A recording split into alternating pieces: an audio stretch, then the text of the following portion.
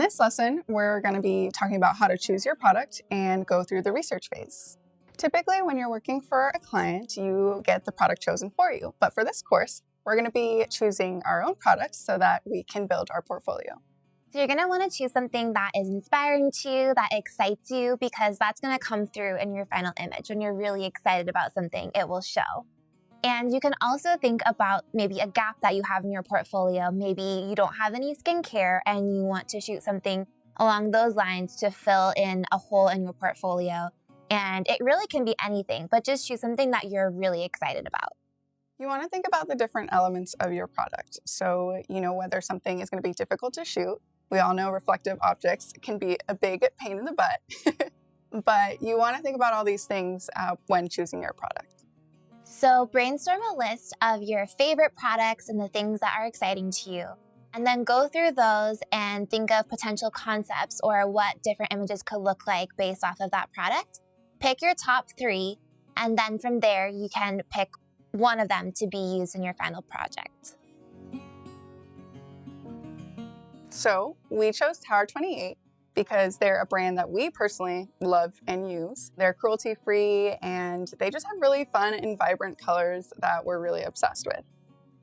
Once you've chosen your product, it's time to dive into research. And this is where we ask a ton of questions to really understand the product, understand the brand, and make sure that the concepts that we're creating work for that specific brand and product. So when you start out, you can look at the product directly and make a whole list of all of the qualities of that product in order to start coming up with ideas.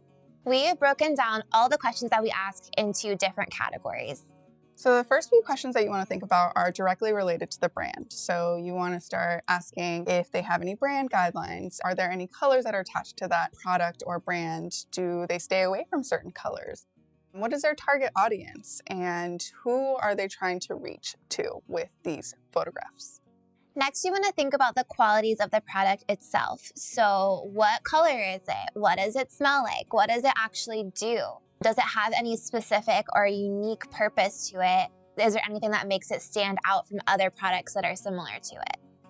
If you're working with a client directly, you'll definitely want to ask them a few more additional questions. So do they have any brand guidelines that they can send over? Where will these images be used? What is their target audience? All of these things will help you to come up with better concepts and really communicate who they're trying to reach. After we ask ourselves all these questions and write down all of our answers, we'll do a brainstorming session. And in this, we'll create kind of a map of all of our ideas and things that are related to the product. So you can write down either the product name or maybe the brand name if you're shooting multiple products in the center of your page. And then from there, just branch out and write down as many words as you can. And then write down words that are related to those words and then words that are related to those words. And this way, you can create this whole map of all these different ideas because you never really know exactly where the ideas are going to come from. Maybe one of the words that doesn't seem as related at first is going to then spark an idea that you can use. But you want everything to be relating back to the brand and the product itself. For your final project, you're going to want to choose a product that you're really excited about. From there, you'll want to begin the research phase by asking a lot of questions and then creating a brainstorm map.